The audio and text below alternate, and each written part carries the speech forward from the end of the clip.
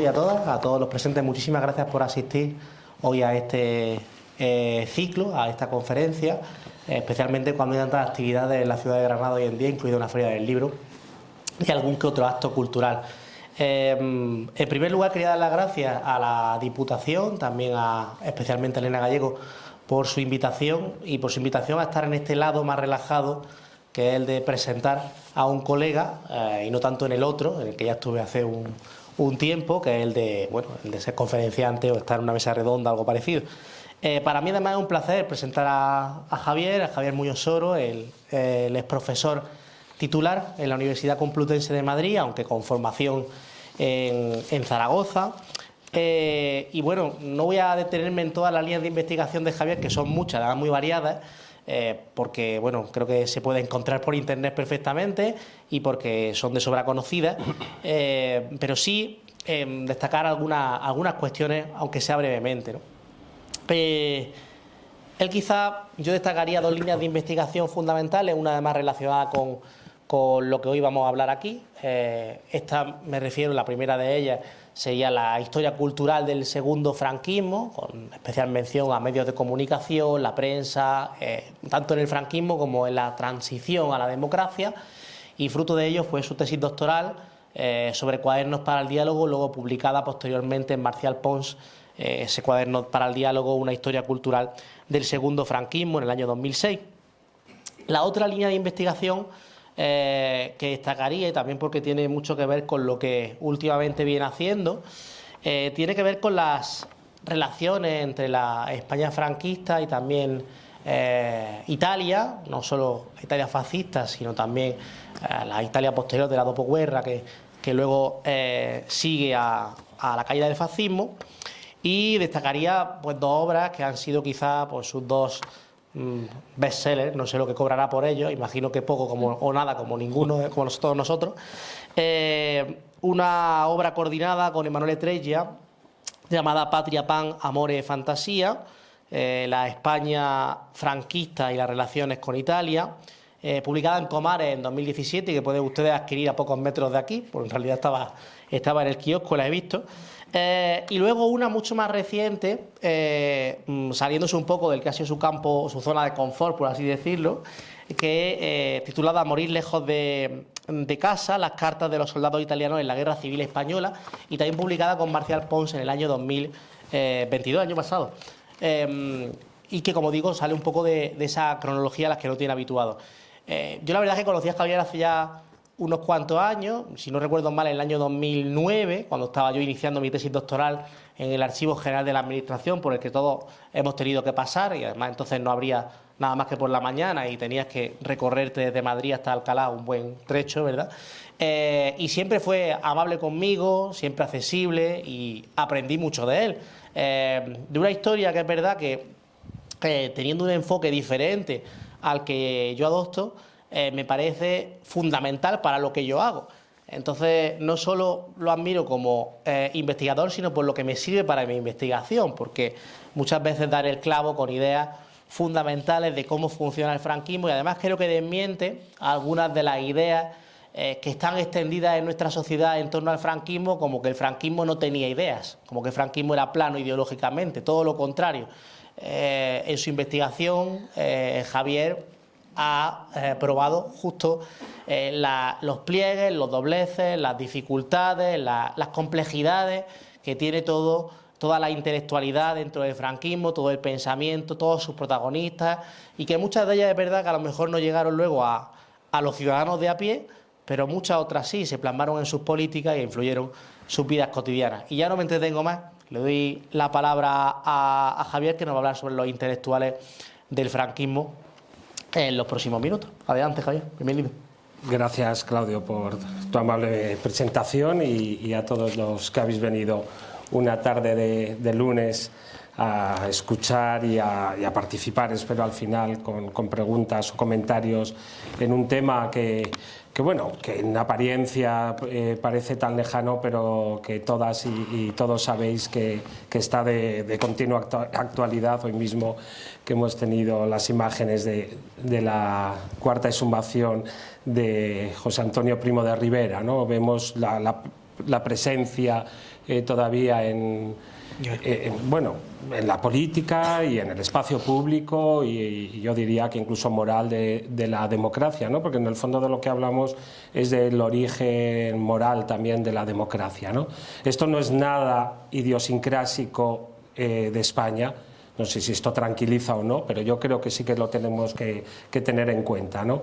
Que estos debates sobre el pasado, este pasado que no pasa, ¿no? Como decimos los historiadores, es algo mundial, por supuesto europeo, el pasado traumático de la Segunda Guerra Mundial, pero incluso en Estados Unidos o en América Latina con las dictaduras, en todas partes seguimos dando vueltas al pasado. Quizás el futuro ya no es lo que era y buscamos en parte de nuestros proyectos emancipadores buscando en el pasado. Bueno, hay varias causas también, bueno, saber cuál es la identidad de estos regímenes democráticos que vemos, pues bueno, en cierta tensión, por no decir crisis, y eso yo creo que son factores que hacen que el pasado esté tan presente. Hablas muy bien, ¿no? Cuando has dicho ahora ese franquismo lleno de dobleces, ese franquismo lleno de pliegues, me parece que has usado dos palabras que definen muy bien el tema de esta tarde, ¿no? Porque no se trata del franquismo y el antifranquismo, que también, por supuesto, es decir, los intelectuales y mucha gente que se sacrificó luchando por la democracia y por la libertad, pero las dictaduras son muy insidiosas, sacan lo peor de la gente, todas en general, y entonces por eso yo he cogido este título de la escuela de mandarines, que es como los franceses llamaban a los intelectuales en los años 60, los mandarines, y es una novela de Miguel Espinosa de 1974 que no tiene nada que ver con el franquismo, es una especie, ahora diríamos, de distopía, como de un territorio imaginario que se llama La Feliz Gobernación, y ahí se ve ese laberinto donde la lucha por la libertad, la supervivencia y el poder están relacionados intrínsecamente, y donde es en muchos casos difícil encontrar actitudes claras en blanco y negro, ¿no? Son regímenes muy, como decimos los historiadores, pintados en gris, ¿no? De muchos espacios grises, ¿no? Y eso hace que hablar de los intelectuales sea complicado y que a veces lleve a, por ejemplo, estaba pensando en la polémica que se planteó en 1999 cuando López Aranguren, un intelectual tan prestigioso desde los años 60, quizás el intelectual de referencia de la izquierda más importante desde los años 60 hasta los años 80, ¿no? Hasta el final de la transición, hizo unas declaraciones sobre su pasado en las que decía, bueno, yo estuve con los vencedores porque no había otra manera, ¿no? Tengo folios porque voy a tener alguna cita que leer. Dice, es decir, lo que hicimos todos, resignarnos y aceptar.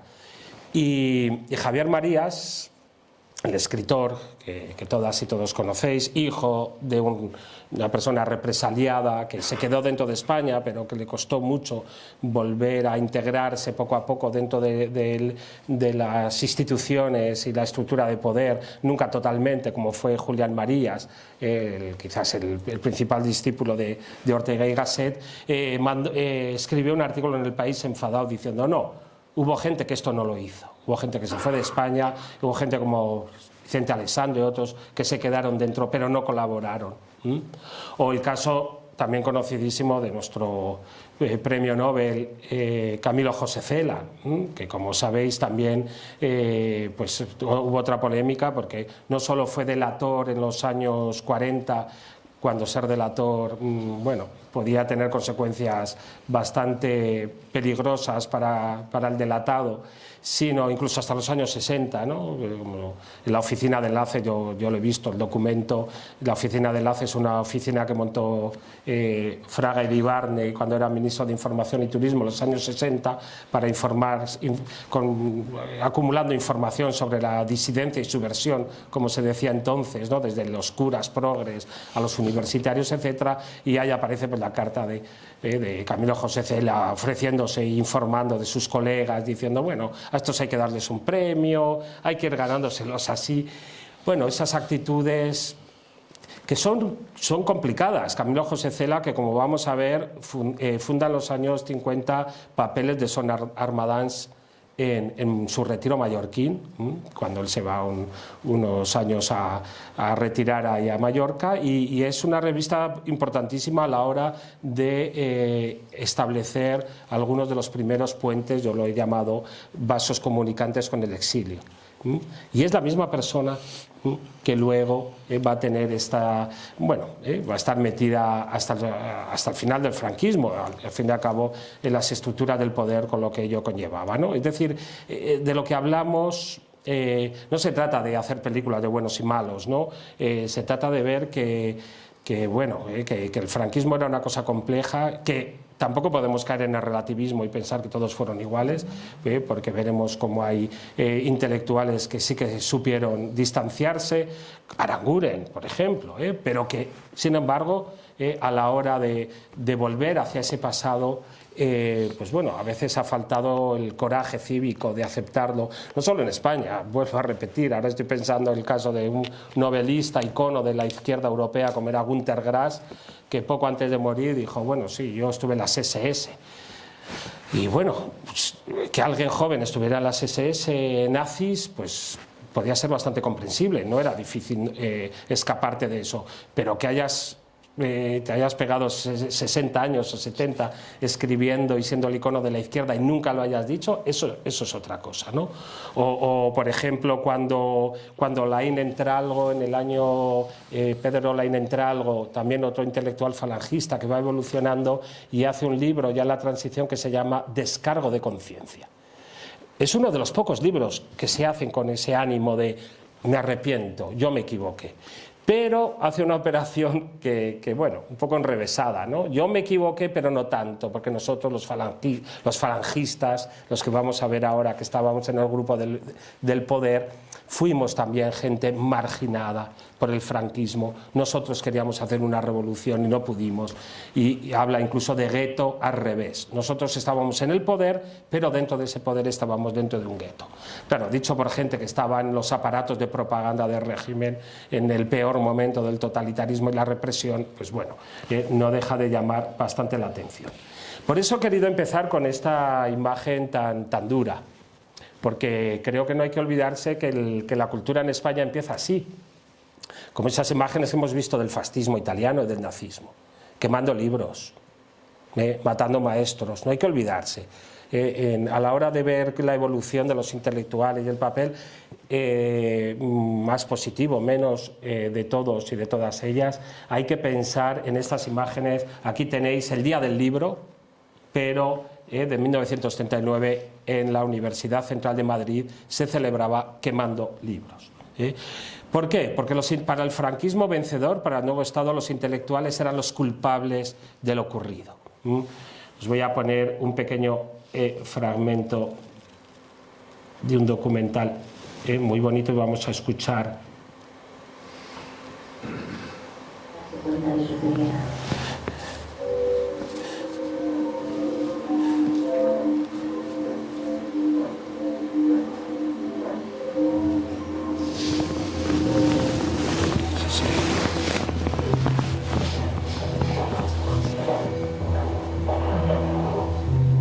La Comisión Oficial de Participa que la cantidad que para dicha suscripción se le ha señalado es la de 5.000 pesetas.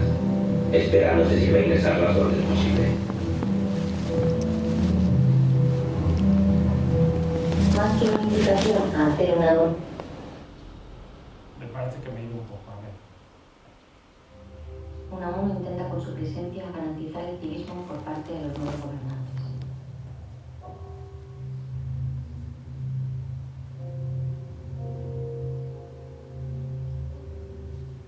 No regresará al ayuntamiento ni firmará ningún acta. Comienza a darse cuenta de su ceguera.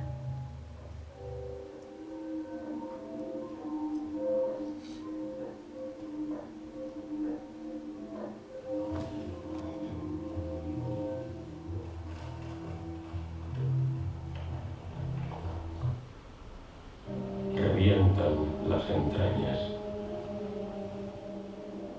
Temblor de pueblo, envidia, odio, resentimiento.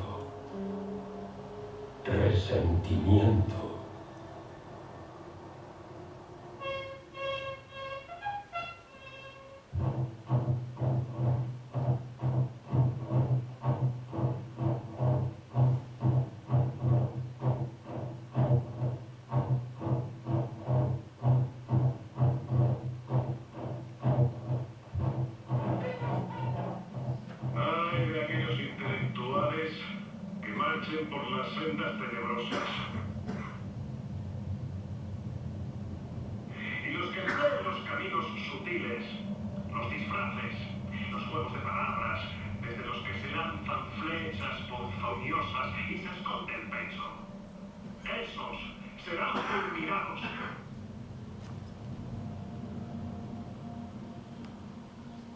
Equivocada filosofía, equivocada corriente la de estos hombres, a los que una exacta denominación llamó durante estos últimos tiempos intelectuales. Hombres que andaban con el intelecto, los que veían las cosas cabeza abajo, con opiniones al revés, y cuya especie o casta era muy antigua. Pues ya en griego se les denominó los de parecer contrario, heterodoxos. Heterodoxos, sofistas, herejes, bachilleres, pedantes, intelectuales.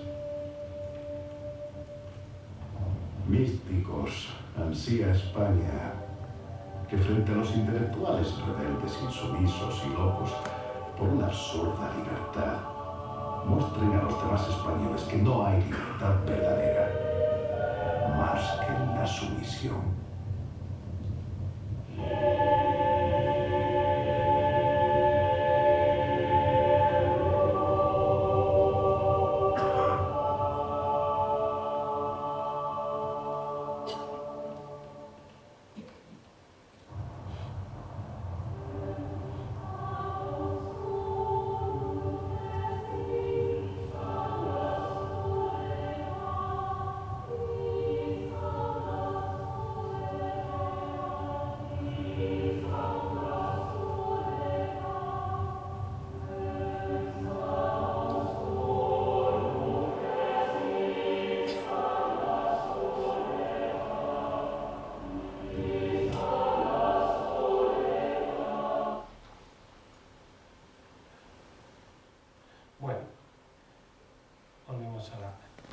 Ya habéis visto los intelectuales, pedantes, los que han corrompido a la juventud española, los que han traído modas extranjerizantes de fuera, que han acabado con el espíritu de la tradición española, los heterodoxos, los herejes, en esas palabras de Millán Astray, recordad la famosa escena del 12 de octubre con Unamuno, ¿no? Cuando se alza y dice, venceréis pero no convenceréis, ¿no? Millán Astray, que está dirigiendo el aparato de propaganda de los sublevados durante la Guerra Civil. Esto piensa de la cultura, esto piensa de los intelectuales. Hay que acabar con ellos. Son los enemigos, como tenéis aquí, los culpables de la tragedia española. Constancio Eguía, los causantes de la tragedia hispana. Enrique Suñer, que es un médico que se va a ocupar de la represión y la depuración de todos los funcionarios, desde el magisterio a la universidad, en un régimen que considera a todos culpables, hasta que no demuestren lo contrario. Es la justicia al revés.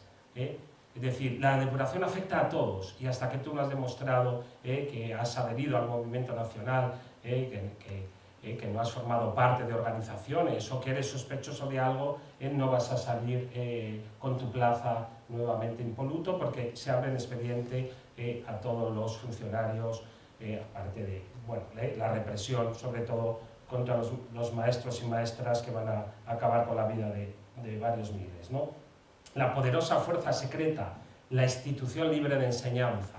Aquí uno de los enemigos, sobre todo de la Iglesia Católica, la ILE, fundada a finales del siglo XIX, que ha fundado instituciones tan prestigiosas como la Junta de Ampliación de Estudios, la Residencia de Estudiantes, el Colegio Estudio, y que se convierte en la enemiga de la Iglesia, que en parte, después con el franquismo, va a recuperar su monopolio, su hegemonía en la educación, sobre todo primaria y secundaria, ¿no? En los colegios y en los institutos.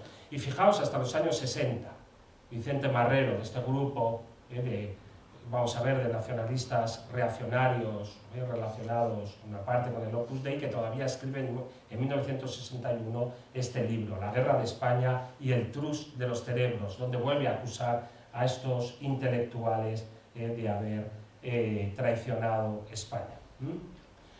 Es decir, estamos con un régimen anti-intelectualista, un régimen que lleva en el ADN de ese proyecto totalitario el anti-intelectualismo, que lleva a cabo esa bibliocausto, como lo han llamado algunos autores, Ana Martínez Rus, que va a venir a hablar aquí, con esa destrucción de miles de libros. Y que, sin embargo, tiene cultura y tiene intelectuales, como muy bien ha dicho Claudio. No es que luego el franquismo no tenga un proyecto cultural, claro que lo tiene, y tiene intelectuales, por supuesto. Tiene los intelectuales que, por ejemplo, lleva Serrano Súñez, el cuñadísimo, al Ministerio del Interior. Ahí tenemos a Pedro Lain Entrago, Samuel Ross, Eugenio Montes, Alfaro, Rafael Sánchez Mazas, saldrán sus hijos, Luis Rosales, que conocéis, Luis Felipe Vivanco, Torrente Ballester, Ernesto Jiménez Caballero, el primer fascista español, Antonio Tobar, Dionisio Ridruejo, el más destacado seguramente de todos ellos, que han formado parte de lo que un libro de los hermanos Carvajosa llamó la corte literaria de José Antonio, porque hay todo un grupo de intelectuales muy literatos, muy apasionados sobre todo de poesía, más que, es curioso, ahora la novela es mucho más importante, pero en esos años la poesía en España era más importante y se leía más que la novela, ¿no? Y ahí lo tenemos, ¿no? Dionisio Ridruejo, vestido de correajes. ¿Y por qué entonces hay en esa diferencia entre intelectuales? Porque la palabra intelectual, Ortega dijo que era la palabra ambigua. Es curioso, nadie quiere ser llamado intelectual, todo el mundo rechaza la palabra intelectual, y el régimen, pues acabo de decir, tacha a los intelectuales de la república de los profesores, la que ha llevado a la guerra civil, y sin embargo, dice, ojo, hay intelectuales buenos. Los intelectuales buenos obviamente son los intelectuales de la España católica o del proyecto falangista. Es la ambigüedad intrínseca que va a estar siempre hasta hoy, en esta ambigüedad que define o que no define a los intelectuales. Para nosotros esta tarde hoy los intelectuales van a ser sobre todo las personas que tienen estudios simplemente. Ahora todo el mundo es intelectual porque prácticamente todos los jóvenes tienen estudios, pero entonces pensad que todavía en los años 60 en España había unos 50.000 estudiantes universitarios. 30 años después había 1,5 millones. Es decir, que intelectuales son esa pequeña élite que llega a la universidad, que llega a la enseñanza media, que ya llegaban muy pocos a la universidad, y sobre todo el intelectual, sobre todo en los años 60, será el que coge ese saber que tiene como literato o como filósofo, incluso como científico, y lo utiliza para participar en el debate público, para dar su opinión con más autoridad y más legitimidad que otros. Y aquí, entonces, tenemos a estos grupos de élite intelectual que fundan revistas como Escorial, que vienen a reemplazar las prestigiosas revistas culturales de la República, revistas como Revista de Occidente de Ortega y Gasset o Cruz y Raya, una revista católica muy avanzada, incluso Acción Española, en la que se ha formado la derecha, el propio Franco, pero que nunca más volverá a ser publicada. Escorial se va a convertir en el foco de estos intelectuales. Y estos intelectuales tienen un proyecto fascista que recuerda mucho al italiano, al que lleva a cabo el filósofo y ministro de Educación en Italia, Giovanni Gentile. Es un proyecto de integración, de lo que ellos consideran positivo. Nosotros no podemos prescindir de gente como Unamuno, no podemos prescindir de nuestros maestros como Ortega y Gasset, el que nos ha dado gran parte de nuestros mensajes, una comunidad de destino universal. No podemos prescindir del regeneracionismo, de los Ganivet, de Machado. No podemos prescindir de quien ha reflexionado y le ha dolido España, como a nosotros. Queremos quitar lo que ellos dicen que hay que quitar, lo liberal, lo extranjerizante de Ortega, de la generación del 14, pero sí que tenemos que integrarlos y apropiarnos de ellos para este proyecto de comunidad nacional fascista. Por ejemplo, es muy significativa la operación que hace Dionisio Ridruejo de reivindicar a Machado. Machado es el poeta nacional, y nosotros en la guerra lo leíamos, y estaba con el enemigo, y a nosotros solo nos dolía que estuviera equivocado, engañado, dicen, por el enemigo, porque Machado era un poeta nuestro, y lo reivindican. Es curioso, os he puesto aquí una reflexión del propio Ridruejo de muchos años después, de un libro muy interesante, publicado en el 76, póstumo, porque Ridruejo muere en el 75, en el que dice: visto desde lejos y desde fuera, bueno, visto desde fuera y desde lejos, toda aquella operación que promoví yo tenía que parecer una farsa, un falso testimonio, un ardid de gentes aprovechadas que querían sumar y con la suma legitimar la causa a la que servían y cuyo reverso era el terror.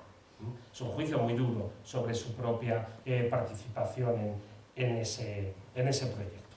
Pero es un proyecto importantísimo. Ese proyecto, pensad en Pedro Lainentralgo, que saca un estudio fundamental sobre la generación del 98. Quieren recuperar ese pasado laico, ese pasado secular, que viene del liberalismo, pero ellos son antiliberales, rechazan la parte liberal y democrática, pero no la parte nacionalista y la parte de reflexión sobre España que tiene la gente del 98 y que quieren integrar. Y eso va a hacer que choquen con otro grupo. Chocar en una especie de alianza-rivalidad. Esto también es una cosa muy de matices y muy de grises. Es decir, están en el mismo régimen, obviamente, están en los mismos lugares, en las mismas instituciones, en las mismas plataformas, diríamos ahora, de acción cultural, tienen un proyecto que es absolutamente antidemocrático y antiliberal. Esto no se tiene que, la democracia y el liberalismo no tienen que volver a España. Tienen un proceso de recristianización frente al ateísmo de la República. España va a volver a la senda del catolicismo, y en eso no está también el falangismo, que tiene un componente católico muy importante, excepto, bueno, de Desmarramos y algunas partes, pero en general están juntos. Pero hay una rivalidad, y esa rivalidad vamos a ver cómo va a ser muy interesante en los años 40 y 50. La rivalidad con los reaccionarios monárquicos que quieren la restauración monárquica, que han apoyado a Franco para eso, que tienen una referencia cultural que es un grupo y una revista que es Acción Española, que no se va a volver a editar precisamente porque Franco no quería muchos problemas y no va a permitir que se vuelva a reeditar, a pesar que él era suscriptor y lector, y que reivindican esa tradición que viene desde Donoso Cortés a Balmes a Menéndez Pelayo y sus heterodoxos españoles, y que pasa por Ramiro de Maeztu, un mártir asesinado en zona republicana, o por Víctor Pradera, también otro pensador carlista, tradicionalista, asesinado en zona republicana. Ellos no quieren oír hablar de recuperar ningún pasado, por muy antiliberal que sea la operación. Ellos piensan que la guerra ha solucionado este problema. España no tiene que volver, tiene que, por decir así, que pegar un corte en el último siglo y medio de historia y olvidarse que llegó el liberalismo del siglo XIX y volver a la época de la tradición de los reyes católicos prácticamente. Aquí no hay recuperación que sirva. Unamuno es un hereje y Ortega un ateo. está detrás de la operación, veremos cuando muera Ortega, de si se había convertido o no. Aquí no vale, por muy capciosas, por muy instrumentales, como dice Ridurejo, que es esa operación, nosotros no queremos entrar en ella. No queremos contaminarnos con este liberalismo que está ahí, masónico, y son totalmente reaccionarios. Aquí hay un proyecto católico de recristianización de España. Y van a tener también sus propios intelectuales con sus plataformas, que van a ser sobre todo el Consejo Superior de Investigaciones Científicas, el Ateneo de Madrid, que era una institución clásica del republicanismo. Va a haber ya una polémica muy interesante, que define muy bien, para que me sigáis, dónde está, porque es un poco a veces difícil de seguir dónde está la polémica. En el año 49, Pedro Lainentrago saca un libro que se llama España como problema, que recupera este tema típico del regeneracionismo. De España me duele. Eran muy pesados para esto, con el de España me duele, pero siguen ahí con ¿qué es España? ¿Cuál es el problema de España? Y toma, en realidad es una respuesta a un libro que saca en el exilio precisamente un año antes Américo Castro, que es un libro interesantísimo y de otro nivel, que es España en su historia. Él no lo dice, pero sabe, ha leído el libro y saca este libro. La respuesta de Rafael Calvo Soler, intelectual reaccionario ya en el Opus Dei, es muy significativo. España sin problema. España ya no tiene un problema en singular. Lo hemos solucionado con la guerra. Estos están muertos, o están en las cárceles, o se han ido. España tiene problemas, sí, de gestión, de modernización, pero el problema de España ha sido radical. Este es donde se va a plantear el debate. Aquí os he hecho un pequeño alto, pues para, bueno, como podría poner 1000 ejemplos de esta represión simbólica. Esto es el CSIC de Madrid, con el frontispicio ese, con esa escrito ahí de Francisco Franco, creo que ahora han borrado parte con la ley de memoria histórica. Esto está en todo el pórtico de entrada al CSIC de calle Serrano de Madrid, que se ha construido por Miguel Fisac, un arquitecto entonces muy importante, el segundo del Opus Dei, la mano derecha de Escrivá de Balaguer, que se construye ¿dónde? Encima de la residencia de estudiantes de Lorca, de Buñuel, de Dalí, es decir, del símbolo de la cultura republicana. Fijaos el auditorio de Carlos Arniches y Martín Domínguez de 31-33, donde estrenan muchas de sus primeras obras García Lorca, Alberti, etc., reconvertido por Miguel Fisac en Iglesia del Espíritu Santo después. Es también simbólico esta parte material, ¿no?, de la represión, ¿no? Y es curioso cómo esa alianza, esa colaboración, pero al mismo tiempo rivalidad, va a explotar en los años 50, lo que yo aquí llamo la polémica cultural de los años 50. Y aquí vamos a ver otra vez a estas dos culturas políticas. Por un lado, estos falangistas que llegan al poder a través nada menos que de Joaquín Ruiz Jiménez, que es el católico por excelencia, viene de un grupo que no es el católico reaccionario del que os acabo de hablar, monárquico, reaccionario, de Acción Española, que en gran parte se va a ligar luego al Opus Dei, sino que viene de una asociación que se llama Asociación Católica Nacional de Propagandistas, la CNP.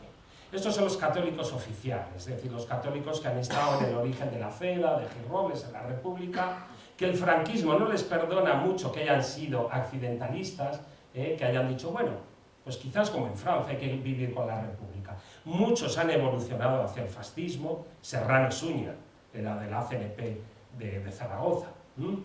El mismo Ruiz Jiménez milita en Falange, pero Ruiz Jiménez es de estos católicos, sobre todo Alberto Martín Artajo, que en el año 45, cuando las potencias del eje pues acaban como acaban, derrotadas, Franco les llama al poder y dice, bueno, vamos a dejar un poco Falange, no acaba con ella, vamos a dejar un poco Falange en el banquillo y voy a llamar a este grupo de la CNP porque tiene unas magníficas relaciones internacionales.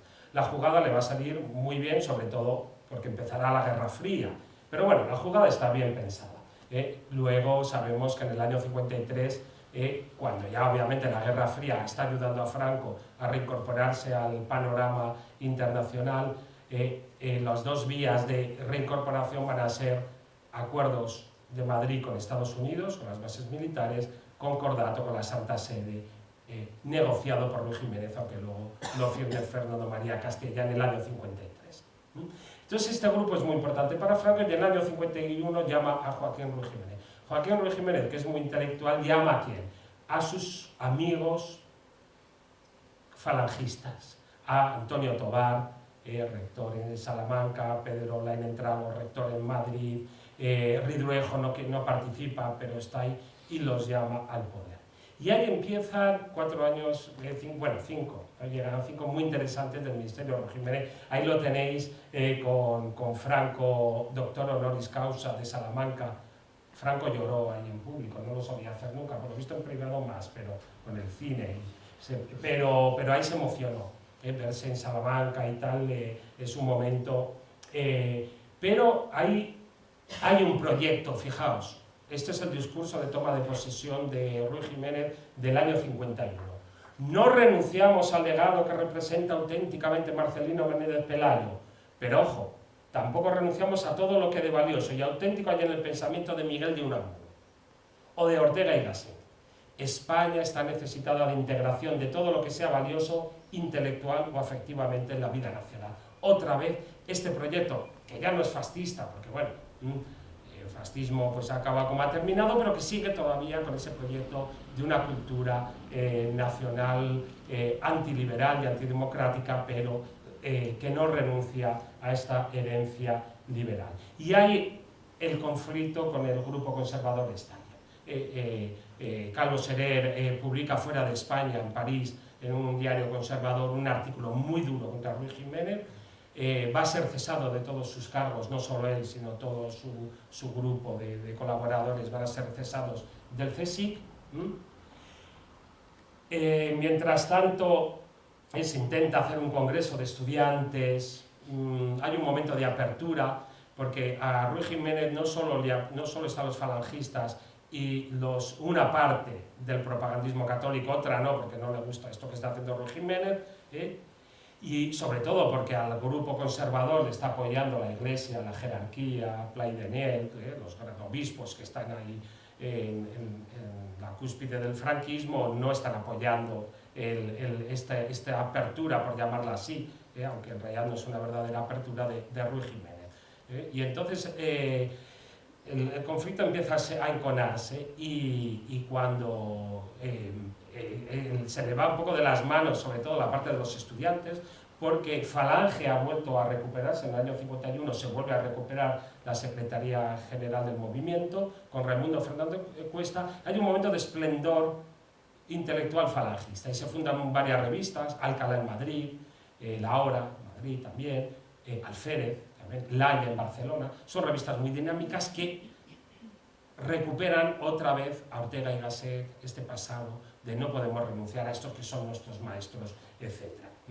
Y esto va a llevar a que en febrero del 56 haya varias manifestaciones, que empiezan como manifestaciones a favor de la españolidad de Gibraltar, pero se les van de las manos, los estudiantes que entonces están en la calle San Bernardo de Madrid bajan por Gran Vía, los reprime la policía, suena un disparo, cae, parece que de un falangista, fuego amigo, cae un falangista herido, lo tenéis ahí, por eso Miguel Álvarez, que no muere, queda herido, pero Franco dice basta, esto ha ido muy lejos, y cesa tanto a Ruy Jiménez, que parecía que había salido victorioso de esta polémica con los monárquicos católicos reaccionarios, y sin embargo va a ser cesado junto, nada menos, que a Raimundo Fernández Cuesta, que le había apoyado circunstancialmente en esta polémica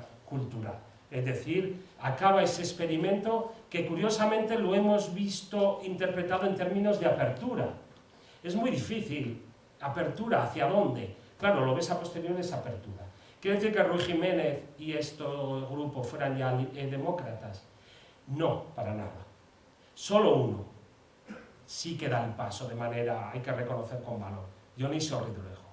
Dionisio Ridruejo en el año 56 se presenta ante la Junta Técnica de Falange y cuando tú lees sus palabras, bueno, son bastante impactantes, porque él dice, no, aquí lo único que vale ya es la democracia, y bueno, hacía falta bastante valor, el que había tenido esos cargos, ya había sido confinado en Ronda y ya había tenido problemas con el franquismo, primero por ser demasiado falangista, ahora obviamente los va a tener por ser demócrata, va a tener que ir al exilio, luego hará unas declaraciones en una revista cubana, en Bohemia, diciendo que la guerra civil tocó lo que nunca había que tocar el franquismo, la guerra civil, diciendo que había sido injusta, y eso le va a hacer que sean proscrito del franquismo. Los demás, como Ruy Jiménez, pues se mueven en un espacio de derrotados, pero bueno, todavía hay que hacer algo. El régimen se tiene que renovar y nosotros le queremos dar una nueva legitimidad política, que no es democrática para nada.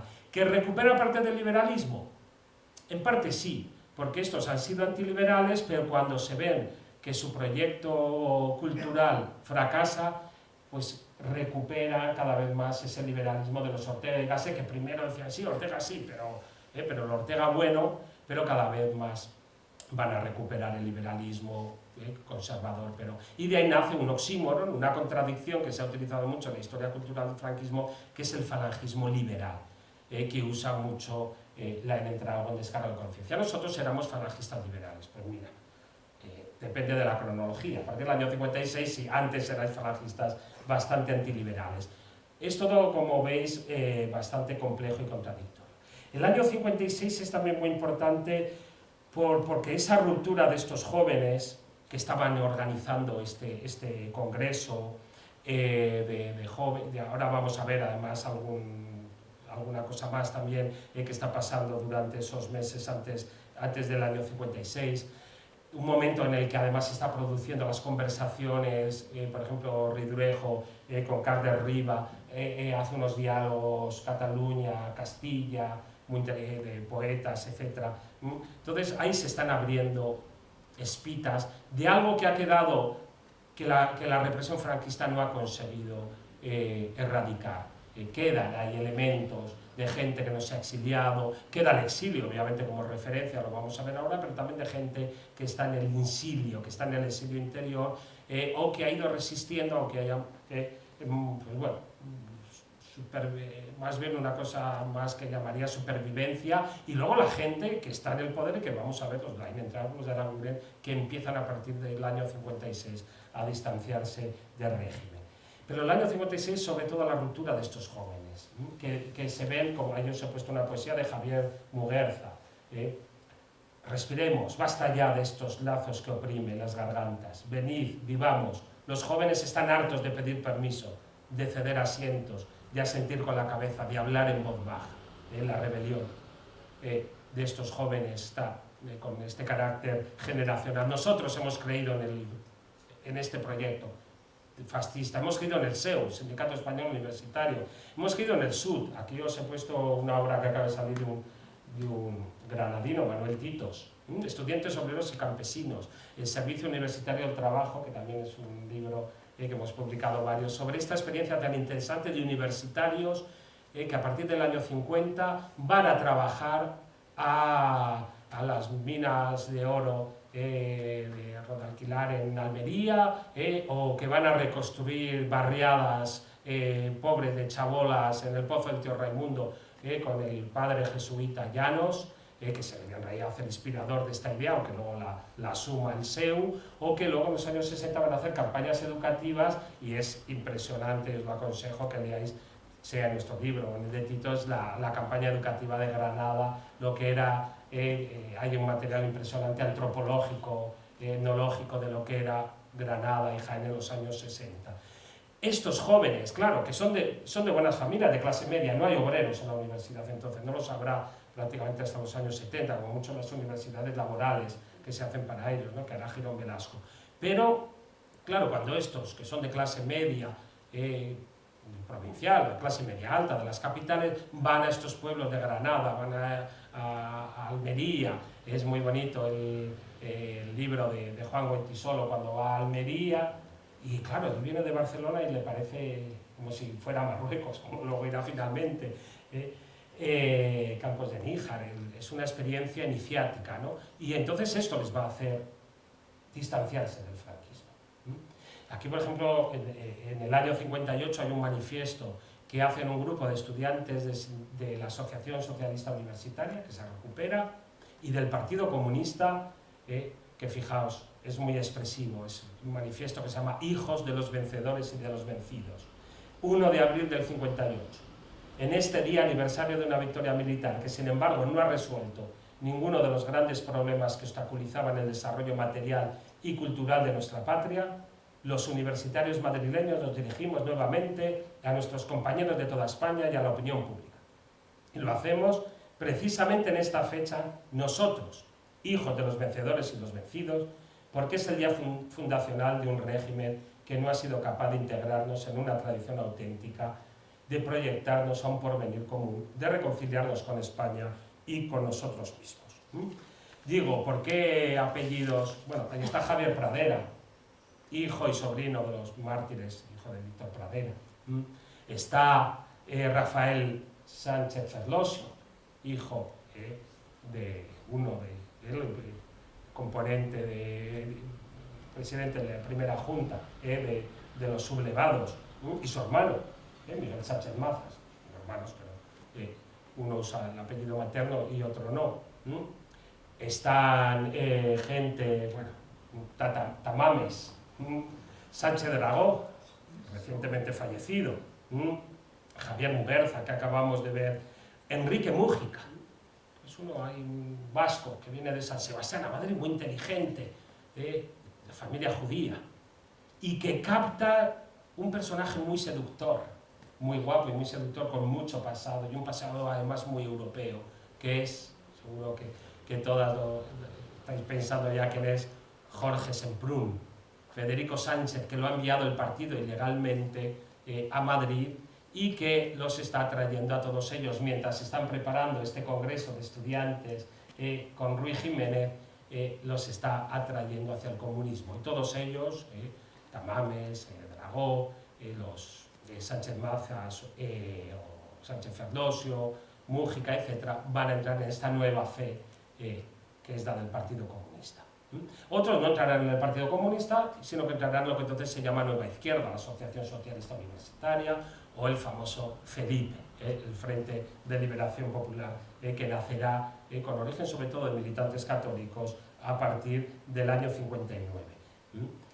Y ahí hay actos también simbólicos, no me puedo alargar mucho, pero uno es, por ejemplo, el homenaje a Machado, otra vez Machado, recuperado por el antifranquismo, el homenaje del 20 aniversario de su muerte en Collioure, en Francia, y ahí tenéis a poetas y escritores típicos de esta generación del medio siglo que ha crecido y se ha socializado en la dictadura, estos niños de la guerra, que han vivido la guerra como niños, como los Goytisolo, que han visto a su madre morir en un bombardeo italiano en Barcelona, etc., o que no la han sufrido de manera tan dramática, pero que la han sufrido Carlos Barral, que de ahí va a fundar con sus 6 Barral toda la edición Collioure, toda la colección Collioure, con Josep María Castellet, José María Caballero Bonal, Jaime Gil de Viedma, Ángel González, Joan Ferraté, son estos nuevos jóvenes que van a un acto que en realidad ha organizado el Partido Comunista, porque el Partido Comunista, que ha optado además por la política de reconciliación nacional, en el 54, como veis en ese ejemplar del Mundo Obrero, lanza un mensaje a los intelectuales patriotas y les dice tenemos que luchar, que intelectuales, que son los trabajadores del alma, y como decía Stalin, los ingenieros del alma y los trabajadores manuales, todos juntos para luchar contra el franquismo, dentro de esa política de reconciliación nacional que culminará en el año 56. Esto es lo que se ha llamado la generación del 56. Aquí es una generación muy larga de gente nacida en los años 20, 30, hasta los años 40, que va a ser importantísima en los 20 años siguientes. Y que en los años 60 se va a superponer con una generación que es más joven, más ácrata, más libertaria, que está empezando a recibir las influencias europea, sobre todo cuando la ley de prensa e imprenta del ministro Fraga de 1966 quite la censura previa. La ley del 38 era la más dura que había existido en Europa nunca, ni siquiera el fascismo o el nazismo habían tenido una ley tan dura, toda sometido a censura previa. En el año 66 la censura continúa, ¿y cómo? Pero esa pequeña liberalización va a hacer que empiece este proceso. He puesto disidencia y subversión. La disidencia es la de los que están en el franquismo y poco a poco se empiezan a alejar de él, de manera muy tácita, muy como Ruy Jiménez, que en el año 63 el exministro Ruy Jiménez va a fundar Cuadernos para el Diálogo, que es la revista sobre la que yo hice la tesis, o José Ángel Ezcurra, que tiene una revista que es como el Ola, de estrellas, de estrellas de cine y cantantes y folclóricas y tal, Triunfo, y que en el año 62 le da un pequeño giro político, aparte de que le pone la estrella ahí de 5 puntas al Triunfo y cambia ya, se va a convertir en un icono de la cultura progre, de la cultura antifranquista. Los estudiantes, ahí tenéis una foto de mi universidad, la Universidad de Madrid, con este largo 68 español, que empieza antes, empieza en el 65. En el año 65, donde Araguren, el viejo falangista, es expulsado de su cátedra universitaria junto a Enrique Tierno Galván, que es un republicano, pero que ha conseguido hacer carrera universitaria, y Agustín García Calvo, que es un profesor de clásicas muy ácrata, seguro que lo recordáis muchas y muchos de vosotros, ¿no? También Mariano Aguilar Navarro va a ser suspendido, que venía de la CNP, que era católico, y es muy interesante esa ruptura de estos gente que viene del franquismo. Cuadernos para el Diálogo es la que yo creo representa más ese espíritu de todos estos que quieren primero reformar el franquismo, luego verán que su reforma política es imposible. La importancia que tiene para muchos de ellos el Vaticano II, por eso he puesto esa portada precisamente, la paz en interris, es que hace que para los católicos como Ruy Jiménez, de repente la democracia y el catolicismo son compatibles. Un siglo la Iglesia diciendo condenando el liberalismo y todos los sismos, socialismo y la democracia, y de repente llega Juan XXIII y dice, no, la Iglesia se tiene que adaptar al mundo contemporáneo, la libertad sindical, la democracia forman parte de la convivencia y de la vida, y tiene que ser parte también del compromiso cristiano. Esto es una revolución para el franquismo, que en su segundo principio, segundo punto de la ley de principio de momento nacional dice, lo tengo por aquí anotado porque nunca a ver si me lo afirmaba, que la nación española considera como timbre de honor el acatamiento de la ley de Dios, según la doctrina social de la Santa Iglesia Católica Apostólica y Romana, única verdadera y fe inseparable de la conciencia nacional que inspirará su legislación. Y de repente se encuentra con que el Vaticano empieza a hablar de democracia, de derechos humanos y de libertad sindical. Y acaba entonces con esta disidencia católica. Os he citado otra revista catalana importantísima, Serradeor, que sobrevive a pesar de que está escrita solo en catalán y que empieza a defender cada vez más la cultura catalana, pero bueno, tiene esa protección de la Iglesia.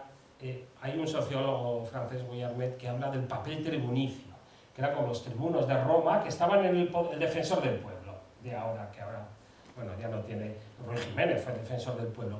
Esta institución que está en el poder, pero que puede acoger disidencias en un momento, y la Iglesia va a tener ese papel, por eso tantas reuniones del antifranquismo se llevaron a cabo en parroquias o en colegios, la famosa capuchinada de Barcelona, etc., ¿no? Es importante esa protección, en este caso de la abadía de Montserrat, para, en este caso, la recuperación de la cultura catalana.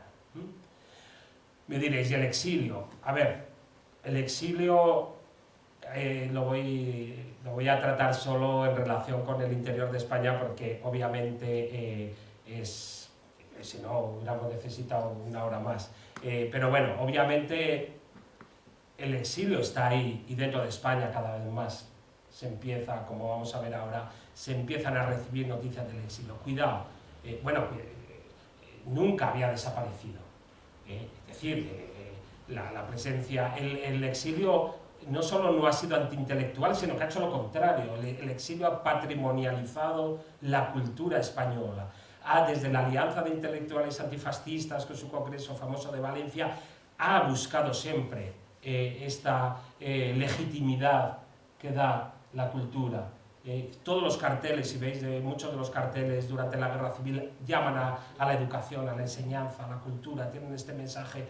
En eso están realmente en la parte opuesta a la actitud, ¿no?, que hemos visto antiintelectual del franquismo.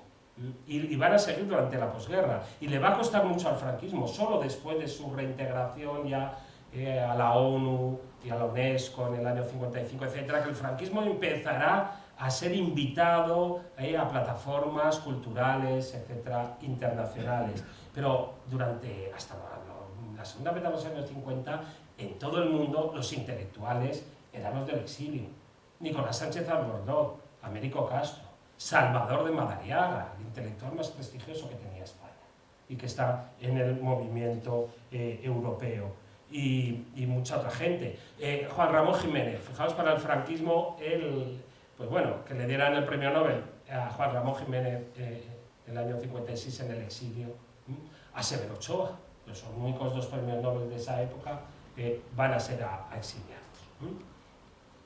Lo que nos interesa más del exilio aquí es estos vasos comunicantes, es como a partir de los años 50 empieza ya este diálogo. Por ejemplo, Francisco Ayala en el año 49 ya reflexiona del exilio. ¿Nosotros para quién escribimos? Desde Francia, desde México.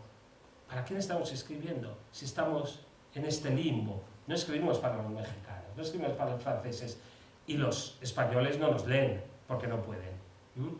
Y Aranguren le contesta 4 años después diciendo, es verdad, ahí tenemos el exilio. Aranguren todavía muy pragmático y tacitista dice, claro, hay gente como Ayala que hay que integrar, porque Ayala es un exiliado que apuesta muy pronto por el diálogo y la reconciliación. Otros como Max Shaw y tal, siguen empecinados en la guerra, y no se han dado cuenta de que les hemos vencido, no es que sea una carta tan generosa, pero dice, la recuperación de Américo Castro, de Juan Ramón Jiménez, el cadáver de Juan Ramón Jiménez será traído a España después de su muerte. Intentarán traer los restos de Machado, los años 50 y 60, eso lo he estudiado yo, sin éxito.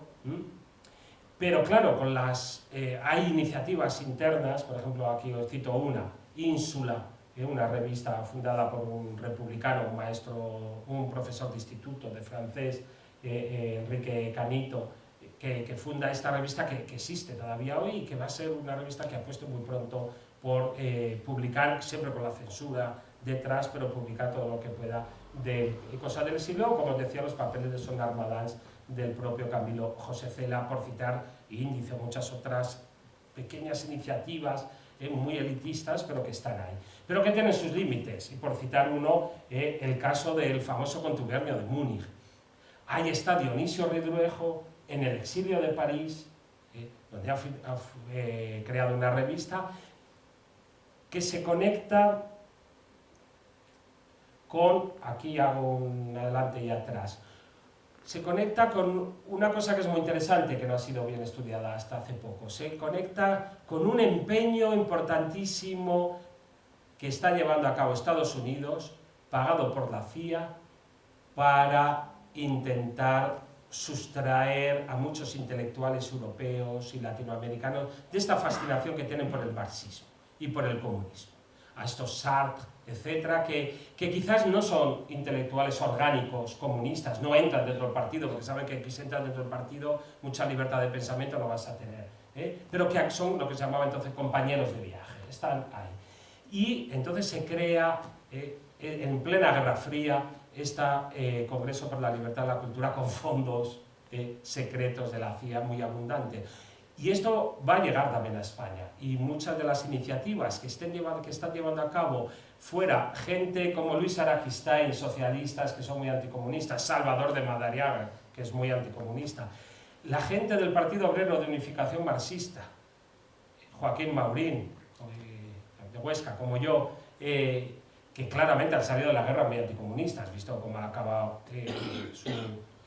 su líder, Nin, torturado y muerto por agentes soviéticos en la guerra civil, y también son todos estos excomunistas que en toda Europa, no solo un caso español, han dado el paso, pensad en Orwell, por citar el más famoso de todos ellos, que han dado el paso al anticomunismo y que de manera muy, pues, bueno, con varios niveles de, es decir, hay algunos que saben de dónde viene el dinero, la mayor parte no saben de dónde viene, pero están fomentando estas iniciativas que en realidad en España participan muchos jóvenes que son comunistas y van a ser comunistas, pero que está pagando este Congreso por la libertad de la cultura, que pueden ir a cosas tan curiosas como la pintura, que hay una cosa muy interesante, los Tapies, los Chillida, Millares, la pintura informalista española, que tanto prestigio tuvo durante los años del franquismo, la que podéis ver en el Museo de las Casas Colgadas de Cuenca, fue fomentada por el franquismo.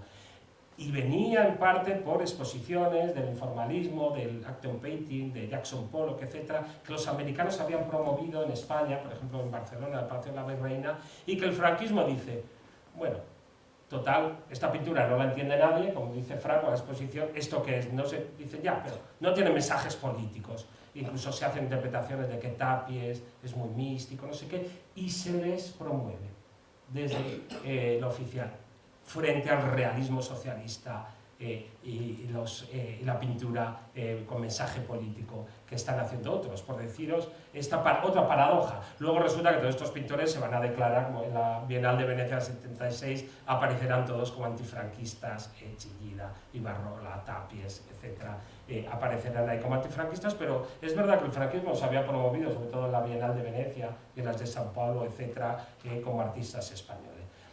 Un límite de esta apertura, el contubernio de Múnich, cuando sabéis que en el año 62 este movimiento europeo, que es del exilio, del Consejo Federal, que lideran estos ex-marxistas del POM, como Gorkin, como Adroer Gironella, etc., que colaboran con Ridruejo, que había sido el más nazi de los intelectuales franquistas, y están colaborando en este proyecto europeísta que, como sabéis, durante el franquismo en España representaba la libertad, representaba la democracia, la solución, por decirlo orteguianamente.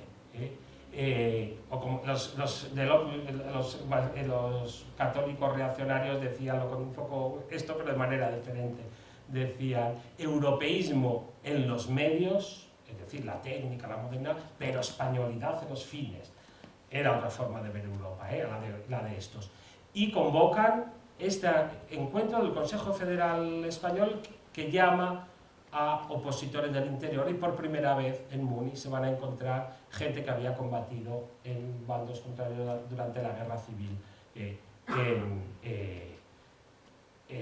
en Múnich, en el seno del cuarto Congreso del Movimiento Federal Europeo. Ya sabéis que la respuesta del franquismo va a ser furibunda. Aquí tenéis pancartas, hay una gran manifestación en la Plaza de Oriente. Lo único que nos pueden enseñar en Múnich es hacer cerveza. Me hizo gracia la pancarta. Son los traidores, hay toda una campaña, y se llamó el contubernio de Múnich. Es decir, que en realidad el franquismo, a pesar de lo que se dice a veces, en realidad poco de apertura tenía. Y aquí tenéis, pues bueno, expresiones que os he puesto de la novela social, de los López Pacheco, Armando López Salinas, que están todos en el Partido Comunista, Bardem, que hace películas tan importantes como Muerte de un ciclista, Calle Mayor, que está también ya en el Partido Comunista, en la literatura de los poetas que hemos visto ahora, de los Goytisolo, etc., que se superpone a esta cultura más atenta a lo que está pasando en Europa. Os he puesto aquí dos fotos, una de Marat Sade, esta famosa obra de teatro de Peter Weiss, que se representa en Madrid en el 68 y que representa muy bien estas dos almas de la liberación del 68, la política, la que representa el marxismo, estos jóvenes de grupos que se empiezan a desintegrar, trotskistas, maoístas, a partir precisamente de los años 68-69, y empiezan a nacer las ligas comunistas, revolucionarias, OPTs, etc. Y se empiezan partidos comunistas internacionales o auténticos que se enfrentan al PC porque lo consideran demasiado revisionista y conservador, y la liberación del cuerpo, esa liberación de las costumbres, del sexo, de la biopolítica que representa Sade, y representa muy bien estas dos almas. Por eso he puesto este libro también tan conocido de Goytisolo, Señas de Identidad, esta búsqueda de la propia identidad. Y nada, en 5 minutos acabo. La importancia que tiene la cultura en la denuncia internacional del franquismo no hay que olvidarla. Tú has citado ese libro que he publicado con Comares, va sobre esto.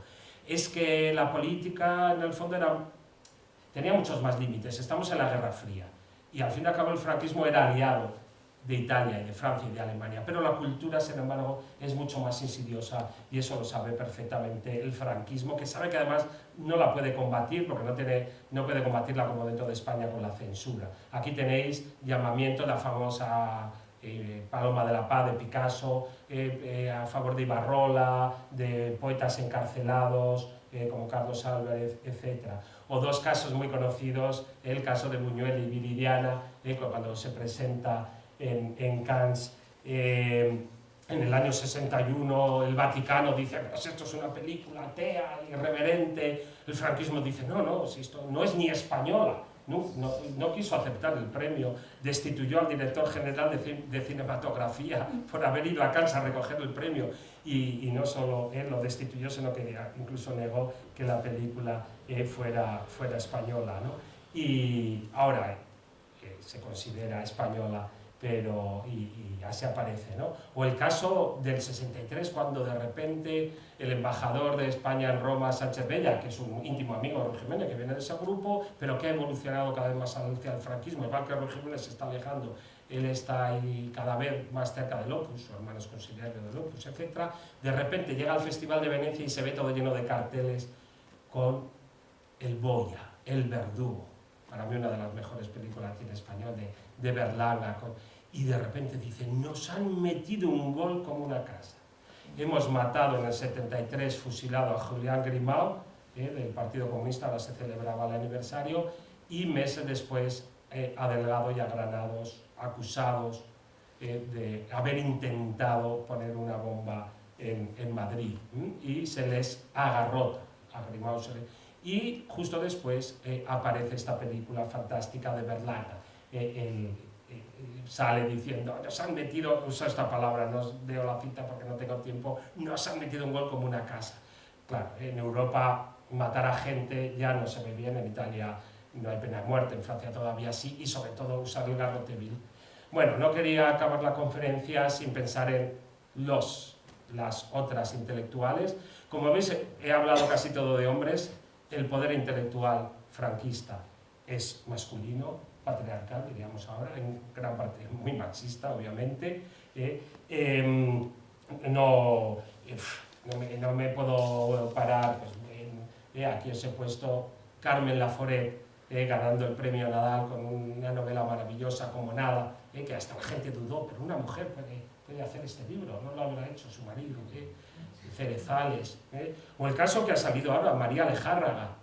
¿Habéis visto ese documental tan bonito de María Lejárraga?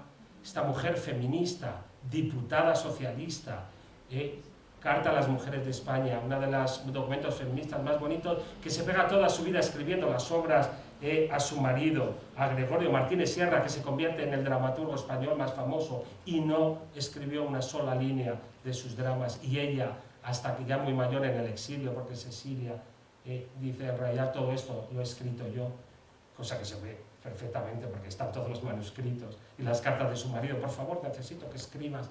Y era una feminista, y qué contradicciones. Bueno, y personas, escritoras maravillosas, Elena Fortún, con Celia, Victoria Kent, que había sido primera directora de prisiones, Mercedes Formica, que es franquista, es una mujer católica, y que escribe en 1953 un artículo por una mujer asesinada, perdonad que me alargue aquí un minuto, una mujer asesinada, y escribe un artículo en el ABC que se llama el domicilio conyugal, denunciando que las mujeres maltratadas que tienen que huir de sus maridos pierden todo derecho a sus hijos y a todos los bienes, y que gracias a ese artículo va a haber una pequeña reforma del Código Civil unos años, creo que 6 años después. Incluso Las hijas del exilio, la famosísima actriz, ahí la tenéis con Cami, María Casares, hija del político republicano Casares Quiroga. Bueno, la lucha por la libertad, como sabéis, no acabó con la muerte de Franco. Aquí tenéis 2 imágenes, la Bienal de Venecia, la Bienal antifranquista, donde aparecen estos pintores de los que os hablaba, una pintura famosísima, El abrazo, de Juan Genovés, que en Madrid la tenéis reproducida en el lugar donde se produjo la matanza de Atocha del 77. Es curioso porque lo hizo para la campaña pro amnistía y fue censurado y prohibido por el franquismo. En el año 80 el Ministerio de Cultura compraba la pintura como símbolo de la reconciliación entre los españoles, es decir, resignificando en una operación parecida a la del Guernica, que también se presentó como un símbolo no del terror de la guerra, sino de la reconciliación. Bueno, yo quedo a vuestra disposición para cualquier pregunta que tengáis y gracias por escuchar.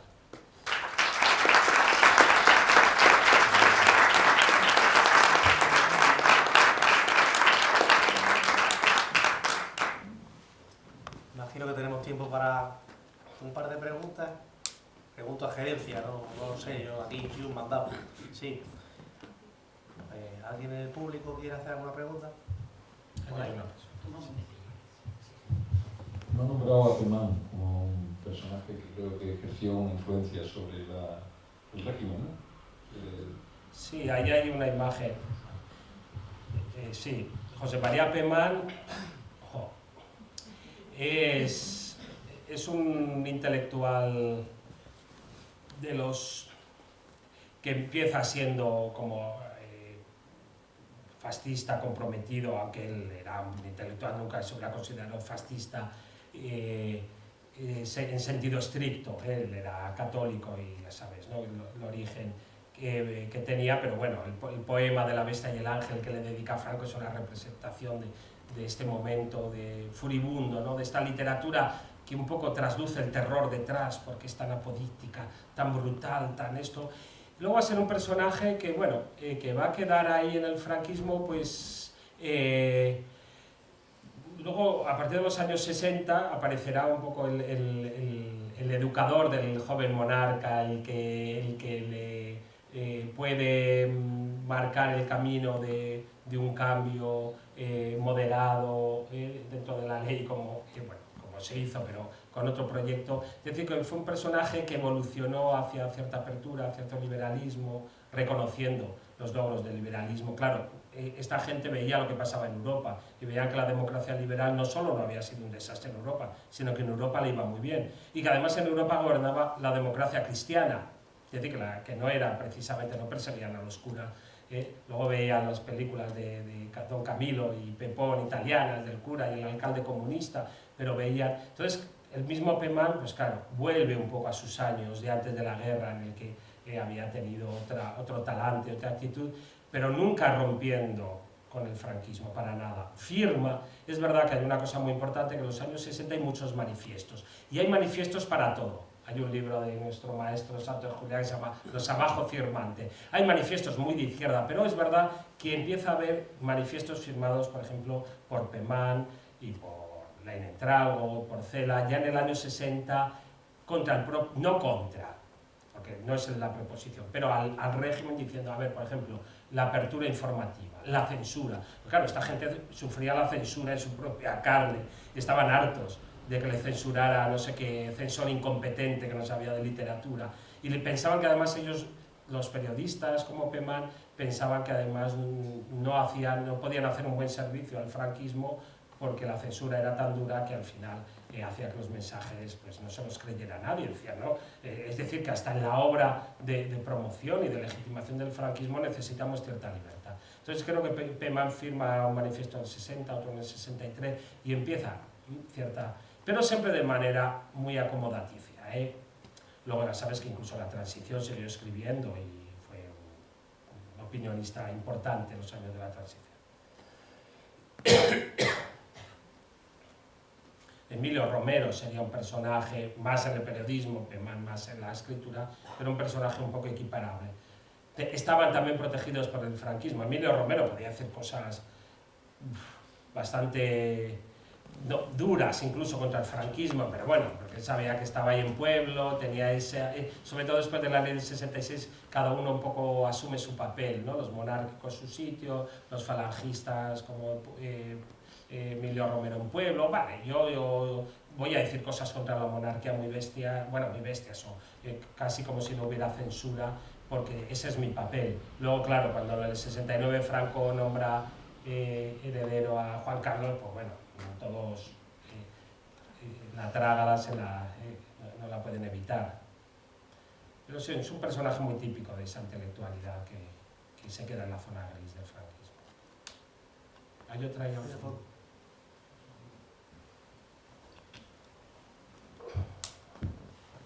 Es que estoy viendo la imagen de Dionisio Ridruejo vestido con correaje, el director general de propaganda en los primeros años 40, ¿no? El Goebbels español.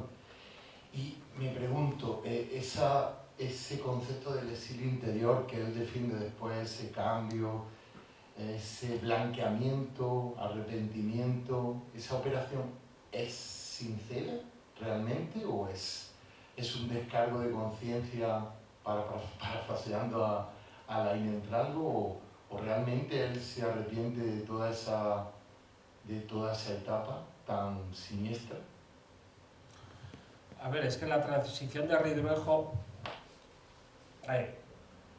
casos como Ridruejo los hay en Italia, por ejemplo, estos largos viajes, lo llamo, como los hay también, ahora que antes que citaba Semprún, ¿no? del comunismo, los hay del fascismo, intelectuales que han militado en el fascismo y acaban en el PC italiano, hay unos cuantos, en el caso alemán un poco menos. Ahí bueno, se quedan y no son reprimidos, pero no tienen ese protagonismo que tienen en Italia. El caso de Ridruejo sería un poco italiano en ese sentido. Es decir, la primera ruptura de Ridruejo con Franco es porque es más fascista que Franco, la Carta del 62, que le dice para que la Falange, el proyecto de Falange sea tratado así, después de la caída definitiva de Serrano Suñer, mejor que dejes que la Falange quede fuera con gloria y con honor para esto. Yo no quiero, creo que llega a decir, yo no quiero acabar enterrado con gente que desprecio tanto y empieza a meter ahí los nombres de los Varela, de los generales monárquicos, etcétera, carlistas y monárquicos, porque los desprecia. Él es más totalitario que nadie. Nosotros en un proyecto totalitario, también católico, hay un proyecto común que yo creo se puede llamar totalitario, incluso el católico reaccionario. Pero el de ellos es católico falangista con una integración, como él mismo dice, instrumental e interesada con la apropiación de esta cultura secular laica.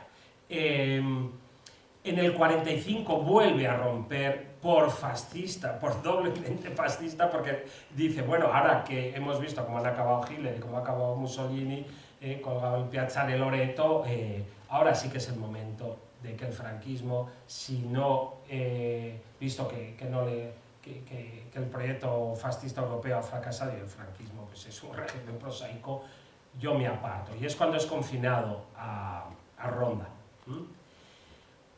Luego ahí tiene una parte muy de vuelta a sus cuarteles de invierno, Cataluña, estas experiencias y tal, que le hacen reflexionar mucho. Yo creo que ese coraje de Ridruejo hay que apreciarlo, hay que valorarlo, porque, es decir, yo he estudiado mucho a Ruy Jiménez y aprecio mucho su evolución, pero es que en los años 50 Ridruejo quema las naves de manera bestial, es que se va a tener luego que exiliar, va a acabar en la cárcel, va a morir incluso antes que Franco, una persona delicada de corazón y no le hizo muy bien precisamente sus meses en la cárcel y todo.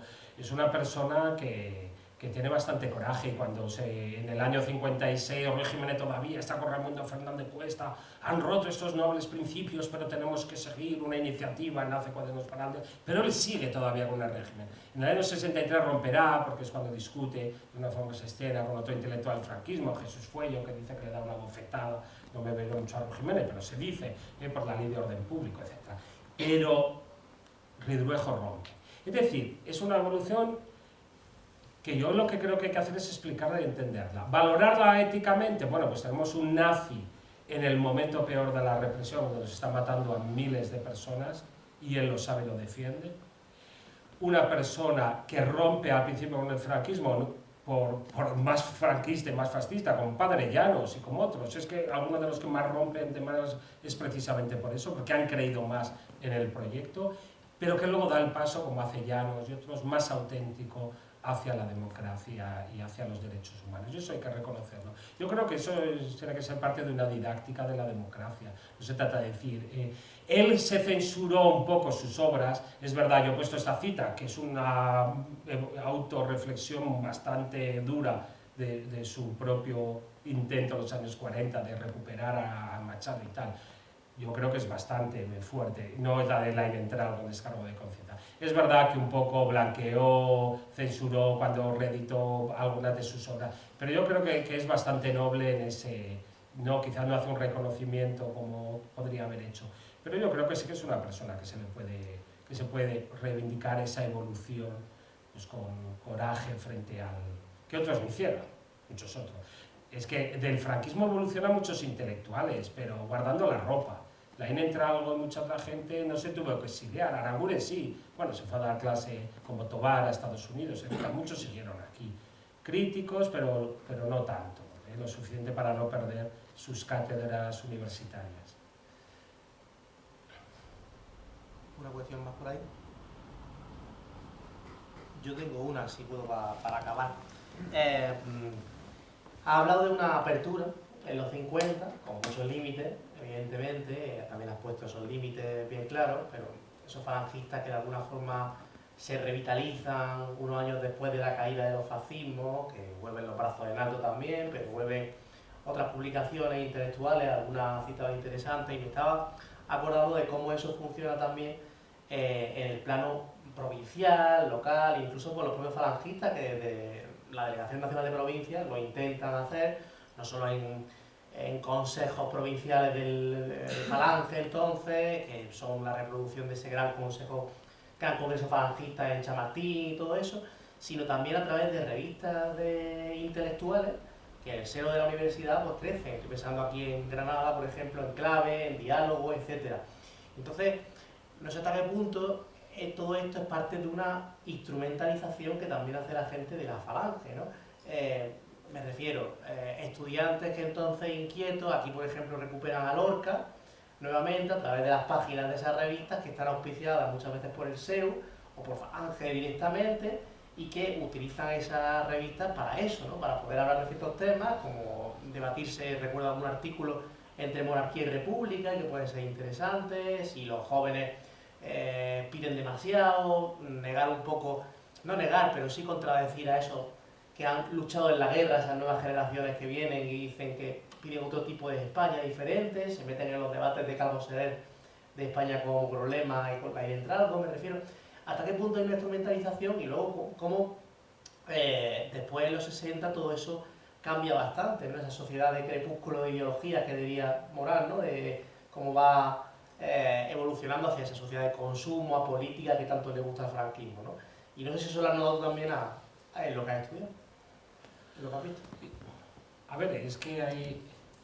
Fíjate que en el fondo hay cierta línea de interpretación que busca en estos antiguos falangistas que se han formado en el liberalismo antes de la guerra, que han tenido a Ortega, ahora que citábamos a los Dionisio, Ridruejo y compañía, que han estudiado ahí y que luego recuperan el liberalismo cuando el proyecto falangista totalitario hace aguas, ¿no? y ahí nace el oxímoron ese, que es una mentira, obviamente, del falangismo liberal. Hay falangismo de izquierda, es una cosa que se hace en Europa, en Italia, es decir, había falangistas más conservadores de izquierda. Entonces, algunos han querido hacer de esa recuperación de la línea de los que evoluciona el franquismo como la fuente de nuestra democracia, olvidando el exilio y García Lorca, etc., ¿no? Es que, y luego es curioso, porque luego en realidad los que fracasan al principio en la batalla de la polémica, que has empezado preguntándome, que son los católicos reaccionarios, son los que después de caído Ruy Jiménez llegan al poder, que son los famosos tecnócratas del Opus Dei. Es que Laureano López Rodó se ha formado con Rafael Calvo Soler, con Florentino Pérez Envid en el CSIC. ¿Qué pasa? Que no sé qué. Laureano López Rodó tendría cualquier otro efecto menos no ser inteligente. Entonces dejan el tema cultural. No van a seguir, tanto que Rafael Calvo Soler va a evolucionar contra el franquismo, acordaos toda la historia que me he citado del diario Madrid, luego su voladura que se convierte en imagen icono, y acaba en la Junta Democrática con el Partido Comunista, nada menos Rafael Calvo Soler, que escribe las cosas más aborrecibles en los años 50.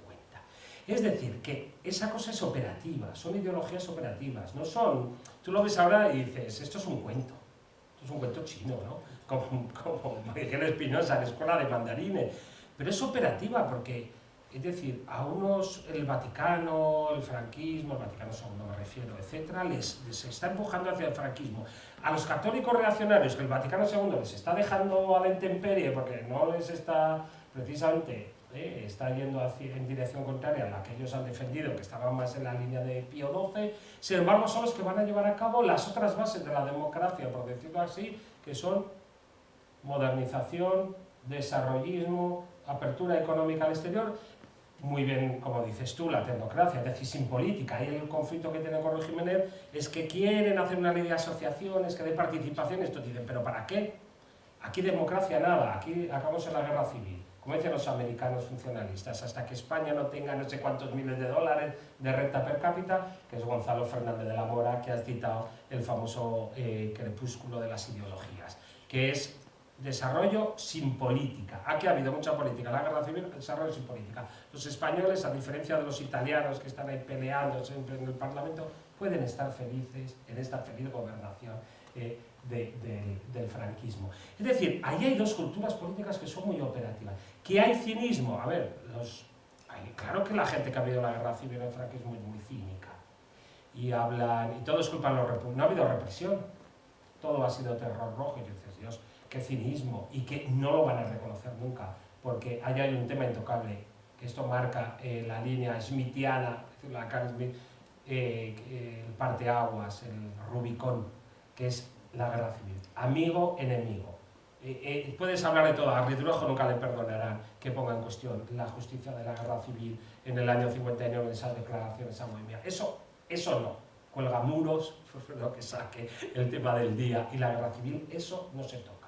Podemos hacer de cuelgamuros, meter unos republicanos como mete Franco justo antes de que venga Eisenhower a ver Madrid y tal. Hacemos operaciones así, pero la justicia de la guerra hay mucha legitimidad de ejercicio, de desarrollo, de paz, de los 25 años de paz, toda esa operación propagandística, pero la legitimidad de origen de que hemos ganado una guerra, el franquismo nunca renunciará. Y ahí hay cinismo, pero hay jóvenes que creen en eso, granadinos, y no.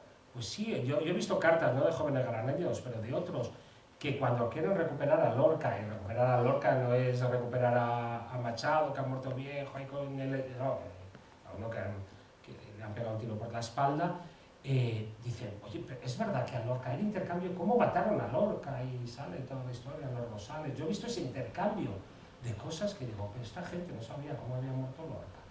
Claro que lo sabía mucha gente, pero había jóvenes y gente que estaba investigando 10, 15 años después porque lo quieren recuperar también a Lorca.